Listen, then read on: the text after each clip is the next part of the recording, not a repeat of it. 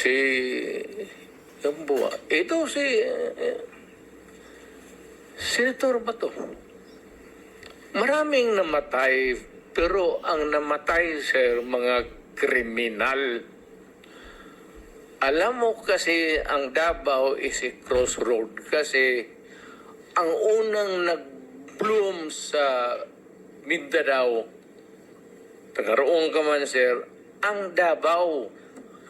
Kaya saan yung progressive at saan yung pera negosyo, nandoon rin yung mga kriminal kasi ang negosyante pati ang kriminal magkasama yan.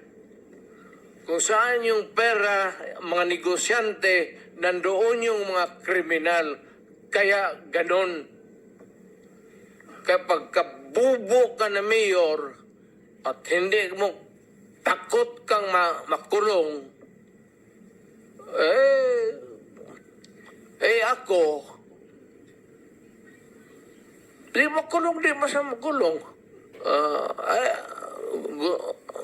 I can make the confession now if you want. Mr. Chair. Talagang niyayari ko.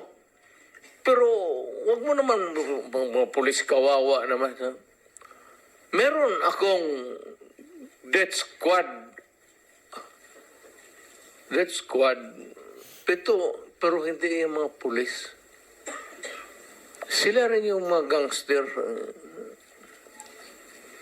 Yung isang Mr. Chair? gangster, utusan ko, patayin mo yan, kaya kung hindi mo patayin yan, patayin kita ngayon.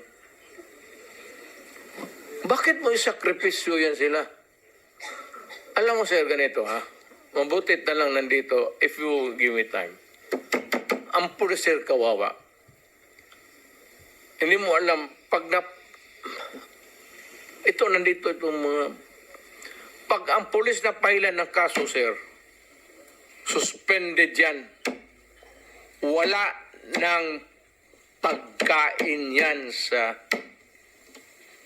The day that the suspension is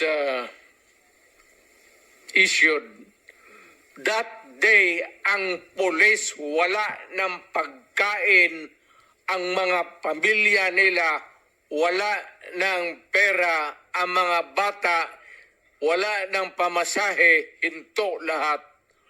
Paralyze ang pamilya ng pulis. Hindi ninyo alam yan. Kaya may kaibigan kayo ng pulis, tanungin ninyo. Yan ang buhay ng pulis. Kaya protektado ko yan sila. Pagka in the fulfillment of duty, sabi ko sa kanila, magpakamatay ako sa inyo. Pero pag nag-abuso kayo, nagpatay kayo ng tao, nag-hold up kayo, nag-kidnap kayo, putang ina, ako mismo ang papatay sa inyo. Mr.